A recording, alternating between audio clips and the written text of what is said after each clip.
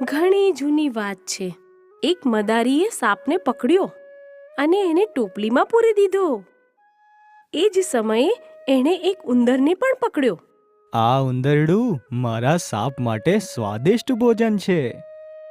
એવું કહીને એણે ઉંદરને પણ એ જ સાપની ટોપલીમાં પૂરી દીધો. ટોપલીમાં જેવો સાપ ઉંદરને ખાવા માટે આવવા લાગ્યો કે તરત જ ઉંદર બોલ્યો, પ્રિય મિત્ર સાપ, મને મારીશ નહીં. જો તું મને મારીશ નહીં તો હું તને આ જેલમાંથી મુક્તિ અપાવી શકું છું. ઉંદરની આ વાત સાંભળીને સાપ તો આભો જ બની ગયો. આટલો નાનો ઉંદર મને કેવી રીતે છોડાવી શકે છે? જ્યારે હું જ મારી જાતને આ જેલમાંથી નથી છોડાવી શક્યો તો તું મને શું છોડાવવાનો હતો? જો મને બહુ જોરથી ભૂખ લાગી છે. મને ખાઈને શું ફાયદો? એમ પણ તારું પેટ ભરાવાનું તો છે નહીં. પણ જો તે મને છોડી દીધો તો હું તને છોડાઈ શકું છું.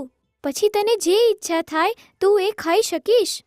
મોટા મોટા ઉંદર, સ્વાદિષ્ટ દેડકા, ગિલોડીઓ.